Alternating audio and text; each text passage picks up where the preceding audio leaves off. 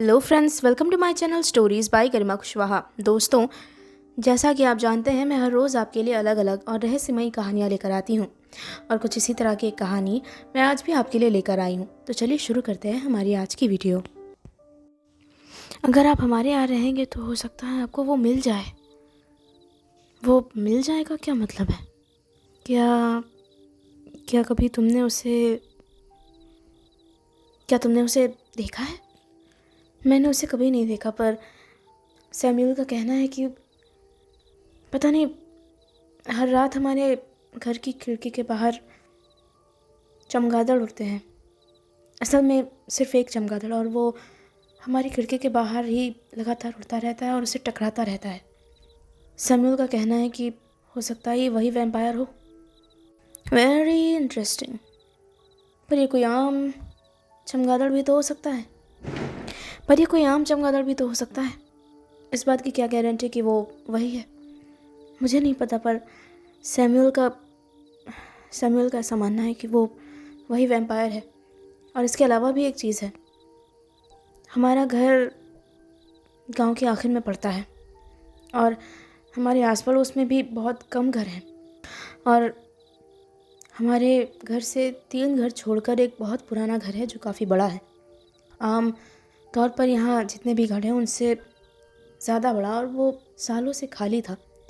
और अभी भी सभी लोगों को लगता है कि वो खाली है, पर रात के वक्त मुझे लगता है कि वहाँ कोई रहता है। सैमुअल अक्सर रात के वक्त जाग जाता है, वो बुरे सपने देखता है, और इसलिए मैं भी उसके साथ जग जाती हूँ। और मैंने अक्सर उस घर की चिमनी से रात के वक्त धुआं निकलते हुए देखा है। थोड़ी तो अजीब बातें हैं, पर इससे कुछ साबित नहीं होता। पर खैर, अगर तुम लोगों को कोई परेशानी नहीं है तो मुझे भी कोई प्रॉब्लम नहीं है। मैं कुछ दिन तुम्हारे घर रह सकता हूँ, और अगर मुझे ऐसा लगा कि वाकई वो आसपास है तो फिर वो मुझसे बच नहीं पाएगा। इस बार मेरे पास एक अच्छा प्लान है उसको हराने का, और अगर ज़रूरत पड़ी तो हो सकता है तुम लोगों को भी शामिल करना पड़े। तो फिर आप अभी हमारे साथ चल सकते हैं। नहीं, अभी इस वक्त नहीं। मुझे तुम्हारे घर का पता दे दो और मैं माकूल वक्त आने पर खुद ही आ जाऊंगा। तुम नहीं जानती, वो मुझ पर भी नज़र रखता है जिस तरह मैं उस पर रखता हूँ, और वो रूप बदल सकता है। इसलिए जब मुझे लगेगा कि सब कुछ सुरक्षित है, मैं उस वक्त तुम्हारे घर आ जाऊंगा खुद। तो आप कब तक आएंगे?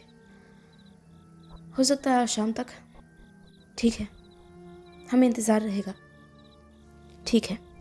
इसके बाद वो तीनों वापस घर लौट आए। ईथन से बात करके उन तीनों को बहुत अच्छा लग रहा था। अब उन्हें ऐसा महसूस हो रहा था कि उनके साथ उनकी मदद करने के लिए कोई है जो इस बारे में उनसे कहीं ज़्यादा बेहतर तरीके से जानता है। घर आने के बाद ऑरेलिया ने ईथन के लिए एक कमरा तैयार करना शुरू कर दिया। उसने उस कमरे की साफ़ सफाई की, नई बेडशीट्स बिछाई, और इसके साथ ही वो कमरा किसी के भी रहने के लिए तैयार था। अब वो इंतज़ार करने लगे शाम का, और शाम के 8 बजे, जैसा कि ईथन ने कहा था, वो वहाँ पहुँच गया। उसने दरवाजे पर खटखटाया और कुछ ही देर बाद ऑरेलिया ने दरवाज़ा खोल दिया। दरवाज़ा खोलने के बाद उसने ईथन का अभिवादन किया और उसे अंदर बुलाया। हमारा घर ज़्यादा बड़ा तो नहीं है, पर आप यहाँ आराम से रह सकते हैं। मैं आपको ज़्यादा परेशान नहीं करना चाहता। असल में मेरे खाने पीने की ज़हमत उठाने की आपको ज़रूरत नहीं है। मैं जानता हूँ कि आप लोग इस वक्त कैसे समय से गुजर रहे हैं, तो नहीं, प्लीज़ ऐसा मत कहिए। हमारे दिन फ़िलहाल अच्छे नहीं चल रहे हैं, पर हालात इतने बुरे भी नहीं है कि हम आपको खाना ना खिला पाएँ। आप लोग सच में बहुत अच्छे हैं, बहुत नेक दिल हैं, पर फ़िलहाल मेरे खातिर ज़्यादा परेशान होने की ज़रूरत नहीं है। हम नहीं हो रहे हैं, आप बस हमारे लिए एक दोस्त की तरह हैं।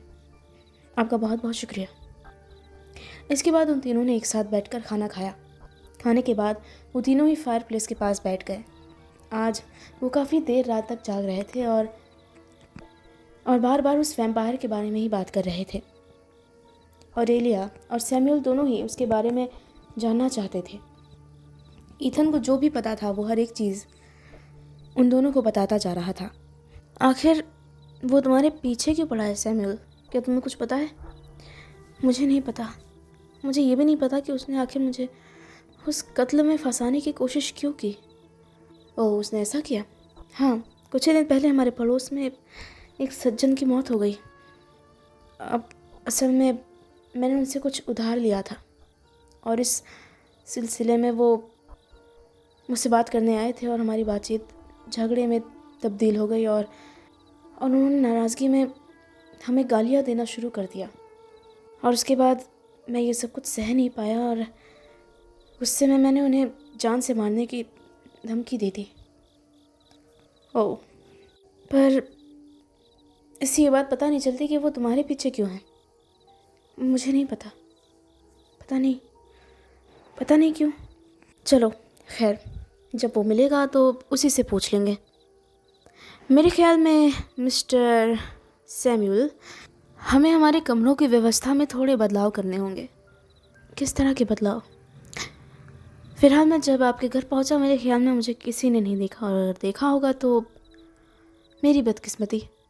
पर फिलहाल मैं चाहूँगा कि आज रात आप मेरे कमरे में सोइए और मैं आपके कमरे में सोऊंगा। देखना चाहता हूँ कि वो वैम्पायर आपके कमरे में करने क्या आता है। पर पर अगर उसने आप पर हमला किया तो? मेरे पास बचने के बहुत तरीके हैं सैमुअल। वो मुझसे खुद छुपता फिर रहा है। मेरी फिक्र मत करो, अपना ख्याल रखो। अगर तुम्हें डर लगे तो अपने साथ एक गार्लिक क्लोव रख लो। क्या तुम्हारे घर में है? हाँ, हमारे घर में है।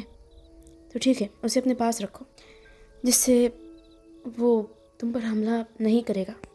इसके अलावा अगर कोई चांदी की चीज़ है तो वो भी अपने पास रखो खुद को बचाने के लिए। और बाकी चीज़ों से मैं निपट ही लूँगा। ठीक है, अगर आप कहते हैं तो। इसके बाद सैमुअल ईथन के कमरे में सोने चला गया और ईथन सैमुअल के कमरे में। ईथन देर रात तक जागता रहा।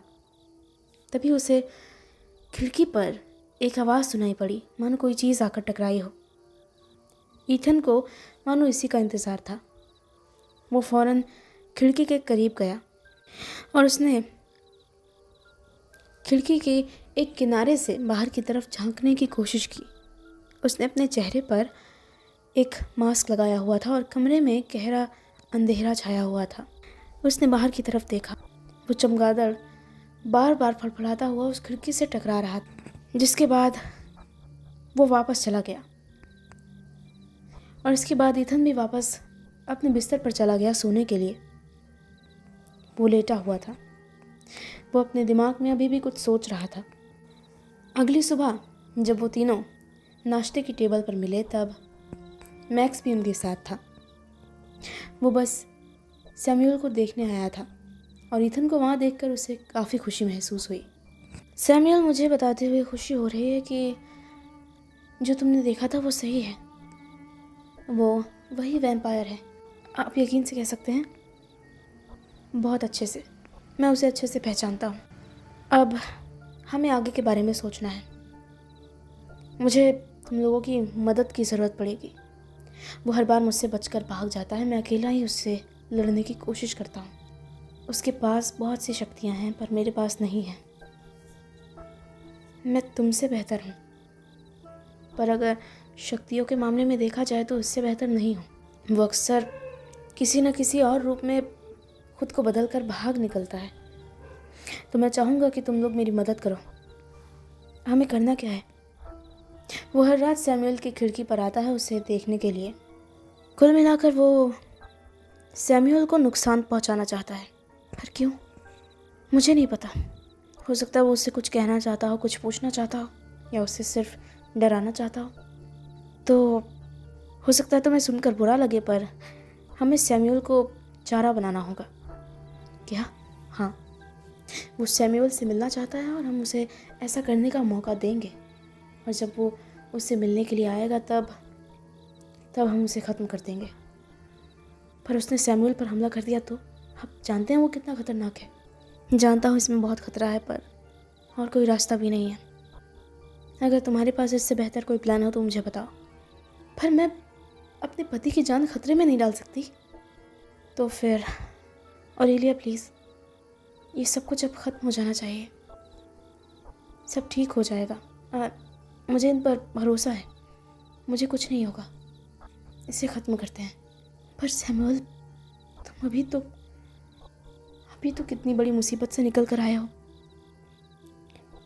जानता हूँ, पर अब हमारे पास और कोई रास्ता भी नहीं है ऑरेलिया। मैं तैयार हूँ। Very good. तो सब लोग ध्यान से सुनो कि हमें करना क्या है। हमें सारी व्यवस्था आज दिन ढलने से पहले ही करनी होगी, क्योंकि वो दिन के वक्त बाहर नहीं निकल सकता। धूप उसे रास नहीं आती, वो जल जाएगा। और इसलिए वो अपने सारे काम, अपने सारे शिकार रात में ही करता है। और इसलिए हम अपना पूरा काम दिन के वक्त करेंगे। हमें करना क्या है सैमुअल, सबसे पहले तुम्हारे कमरे की खिड़की को खुला रखेंगे, ठीक है? बाकी सारी खिड़कियों को बंद रखो और उन पर गार्लिक के क्लोव्स रगड़ दो, जिससे तुम्हारी खिड़कियों में उसकी गंध आने लगे, ठीक है? और उसके बाद हम सभी सैमुअल के कमरे में इकट्ठे होंगे। वहाँ किसी सेफ जगह पर छुप जाएंगे जहाँ वो हमें देख ना पाए। हम सभी के पास अपनी अपनी सुरक्षा के लिए कुछ ना कुछ होगा। वो क्या चीज़ होगी उसका इंतज़ाम मैं कर दूँगा, पर फ़िलहाल एक सैमुअल ही होगा जो वहाँ निहत्था होगा। अगर सैमुअल के पास कोई भी ऐसी चीज़ हुई तो उसे शक हो जाएगा। मैं नहीं चाहता कि उसे हम पर शक हो। इसके अलावा हमें एक क्रॉस चाहिए होगा। क्रॉस? हाँ, अगर वो चांदी का हो तो और भी अच्छा, पर अगर चांदी का नहीं है तो लकड़ी का भी चलेगा। हमें क्या करना होगा, उसका एक सिरा नुकीला करना होगा और उसे उस वैम्पायर के सीने में गाड़ना होगा, उसके दिल के बिल्कुल आर पार, तभी वो मर पाएगा। पर ये इतना आसान नहीं लग रहा है। हाँ, जानता हूँ ये आसान नहीं है, बहुत मुश्किल है, पर इसके अलावा हमारे पास कोई चारा भी नहीं है, ठीक है? तुम सभी अपने पास चांदी की कोई ना कोई चीज़ रखना। अगर वो तुम पर हमला करता है तो खुद को बचाने के लिए उसका इस्तेमाल करना। सैमुअल, जब वो तुम्हारे करीब आएगा, मैं उसी वक्त तुम्हारे गले में एक लहसुन के फूलों की माला डाल दूँगा। लहसुन के फूल? हाँ, मैंने कहा उसे उसकी गंध पसंद नहीं है। हाँ, बस। और उसके बाद वो तुम्हारे करीब नहीं आएगा। हमें जो भी करना होगा बहुत फुर्ती के साथ और बहुत सजगता के साथ करना होगा। बिल्कुल भी चूक नहीं करनी होगी, ठीक है? पर हमें गार्लिक के फूल कहाँ मिलेंगे उसकी फ़िक्र मत करो। मेरा एक दोस्त है, मैं उसे जानता हूँ, वो शाम तक हमारा काम कर देगा। पर अगर उसे देर हो गई तो? उसे देर नहीं होगी। वो जानता है कि मेरा काम कितना पेचीदा है। एक एक पल की कीमत है मेरे पास, ठीक है? और इसके बाद धीरे धीरे सभी व्यवस्थाएं होने लगी। उन सभी ने चांदी का एक एक क्रॉस अपने पास रख लिया और आखिर में एक लकड़ी का क्रॉस जो मैक्स लेकर आया, उसके एक सिरे पर चांदी की नक्काशी थी और वो नुकीला भी था, जैसा कि ईथन ने कहा था। अब बस उन सभी को रात होने का इंतज़ार था। ईथन के गार्लिक के फूल भी आ चुके थे। धीरे धीरे समय बीतने लग गया था। शाम होने लग गई थी। तकरीबन 5 बजे के बाद सूरज डूब जाने वाला था। ये बात वो तीनों ही जानते थे। ईथन भी अब एक बार फिर से उन्हें आखिरी बार अपना प्लान समझाने जा रहा था। तो एक बार आखिरी बार याद कर लेते हैं कि हमें क्या करना है। हम सभी सैमुअल के कमरे में छुप जाएंगे और उसके बाद जैसे ही वो वैम्पायर सैमुअल के कमरे में दाखिल होगा, हमें उसी वक्त पूरी तरह से सजग और चौकन्ने हो जाना होगा। और उसके बाद जैसे ही वो सैमुअल पर हमला करेगा और उसे अपना शिकार बनाने जाएगा, उसी वक्त मैक्स, तुम उठोगे और ये गार्लिक की माला उसके गले में डाल देना पूरी फुर्ती के साथ, बिना हिचकिचाए हुए। ज़रा भी समय मत गंवाना, हमारे पास बिल्कुल भी वक्त नहीं रहेगा। और उसके किसी भी हमले के लिए तैयार रहना। वो रूप बदल सकता है, तुम पर हमला भी कर सकता है और भागने की कोशिश भी कर सकता है। इसलिए जब तक तुम ये काम करोगे मैं भागकर खिड़की बंद कर दूंगा ताकि वो वहाँ से भाग ना पाए। और उसके बाद मैं खुद उसे संभाल लूँगा। पर सैमुअल को बचाने के लिए तुम्हें ही फुर्ती दिखानी होगी मैक्स। और मेरे ख्याल में तुम्हें इसमें पढ़ने की कोई ज़रूरत नहीं है ऑरेलिया, पर मैं भी ये करना चाहती हूँ। मेरे ख्याल में ये एक अच्छा आइडिया नहीं है, पर क्यों? चलो तुम्हारी इतनी इच्छा है तो कोई बात नहीं, पर अपना ध्यान तुम्हें खुद ही रखना होगा। ऑरेलिया तुम इसमें मत पढ़ो। सैमुअल मेरी बात मानो, मैं भी ये करना चाहती हूँ और मैं ये कर सकती हूँ। मैं तुम्हारी मदद कर सकती हूँ।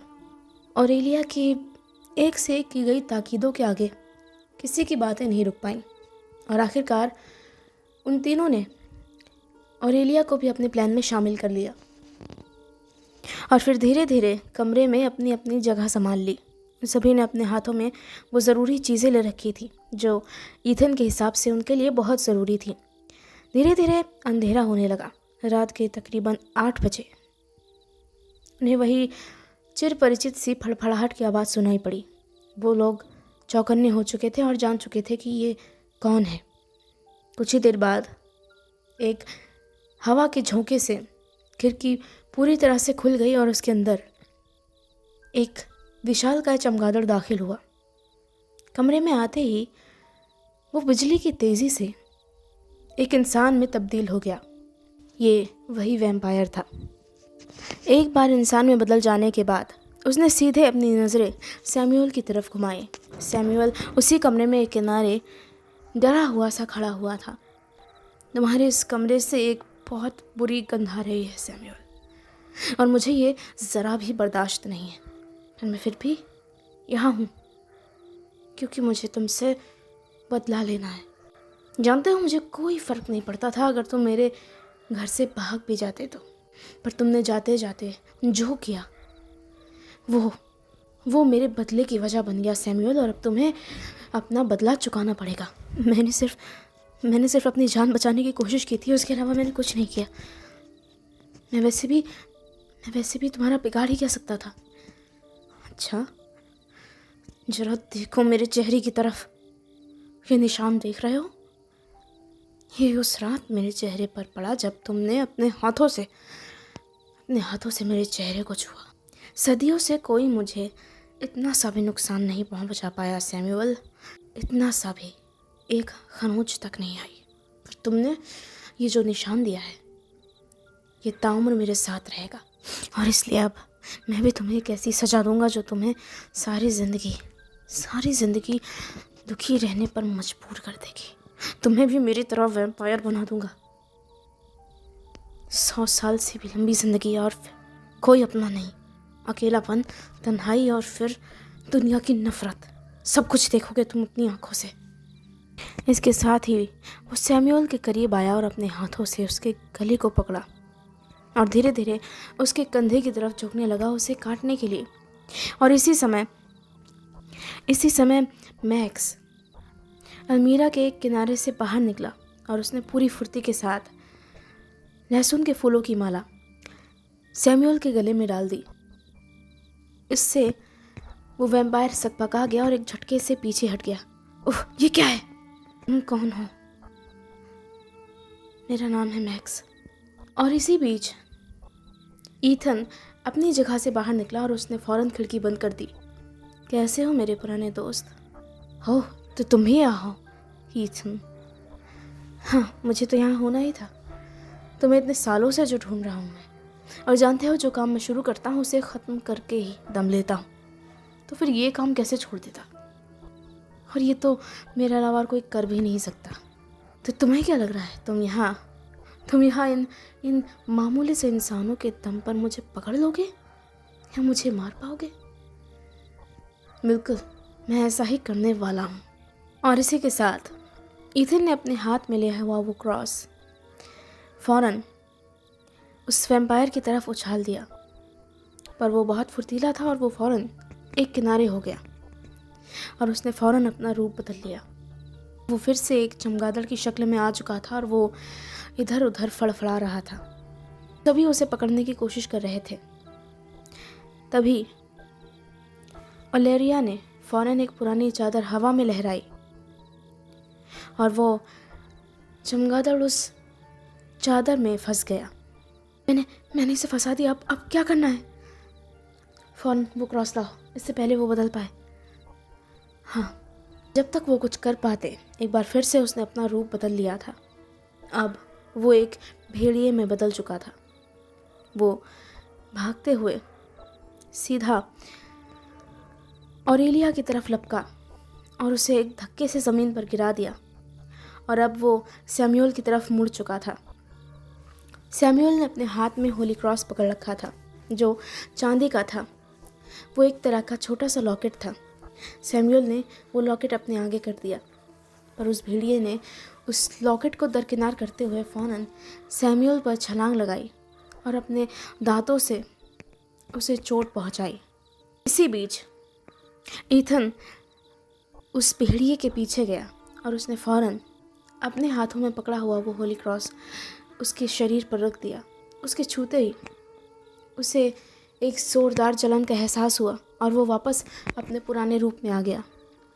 अपने पुराने रूप में आते ही उसने फ़ौरन पूरे ताकत के साथ ईथन पर हमला किया। ईथन के हाथ से वो क्रॉस छूटकर ज़मीन पर जा गिरा। ईथन अब उससे हाथों से ही मुकाबला कर रहा था। इसी बीच मैक्स आया। उसने अपने हाथों में एक चांदी का चाकू पकड़ा हुआ था। उसने वो चाकू पूरी ताकत के साथ उस वैम्पायर के कंधे पर दे मारा। वो चाकू उसके कंधे में लगा और उससे उसे काफ़ी तकलीफ़ हुई, पर उसने फ़ौरन अपने हाथों से वो चाकू अपने शरीर से बाहर निकाला और ऐसा करने में उसके हाथ भी जल गए बहुत बुरी तरह। वो अब काफ़ी दर्द में था, पर फिर भी उसने हार नहीं मानी। वो फ़ौरन भागते हुए खिड़की की तरफ गया और उसने उस खिड़की को खोलने की कोशिश की, पर इसी बीच वहाँ ईथन आ गया। उसने उसका हाथ पकड़कर उसे पीछे धकेल दिया। मैक्स, वो क्रॉस मुझे दो, जल्दी। मैक्स ने फ़ौरन वो क्रॉस ढूंढ निकाला और उसे ईथन की तरफ उछाल दिया। ईथन ने फ़ौरन वो क्रॉस अपने हाथों में लिया और उसने पूरी ताकत से उस वैम्पायर के सीने में वो क्रॉस उतार दिया। वो क्रॉस अब उस वैम्पायर के दिल के आर पार जा चुका था। एक भयानक और दिल दहला देने वाली चीख से उसी वक्त पूरा गांव गूंज गया। वो सब भी बहुत घबरा गए थे, पर ईथन वो उसी तरह अडिग रहा। उसने पूरी ताकत से उस क्रॉस को पकड़ रखा था। वो अब किसी भी कीमत पर उसे दूसरा मौका नहीं देना चाहता था और वो वैम्पायर अब धीरे धीरे मौत के करीब जा रहा था, पर फिर भी वो संघर्ष करने से बाज नहीं आ रहा था। वो बार बार अपने पैरों से ईथन पर हमला करने की कोशिश कर रहा था, पर उसकी शक्तियाँ धीरे धीरे कम होती जा रही थी।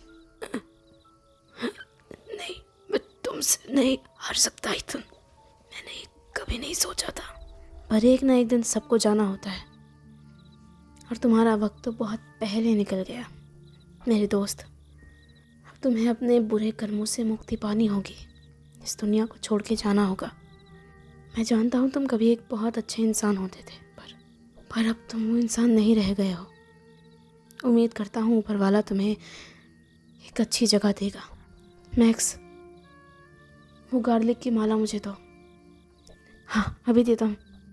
उसके बाद उन्होंने वो गार्लिक की माला उस वैम्पायर के गले में डाल दी और इसके बाद उसने एक आखिरी सांस ली और धीरे धीरे उसकी आंखें बंद हो गईं और इसी के साथ वो अपने पुराने रूप में आ गया, जैसा वो कभी हुआ करता था। इसका ये चेहरा देखकर मुझे सालों पहले की बात याद आ जाती है। तब हम अच्छे दोस्त हुआ करते थे। मुझे नहीं पता था कि हमारी दोस्ती इस तरह इस मोड़ पर ख़त्म होगी। अब क्या करना है?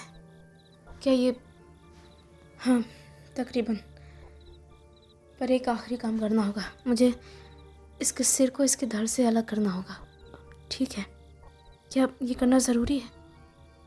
हाँ हाँ, ये ज़रूरी है, वरना हो सकता है दोबारा ज़िंदा हो जाए। एक वैम्पायर को मारने का यही तरीका है। अब ये गांव भी खुशहाली से रह पाएगा, और तुम लोग भी।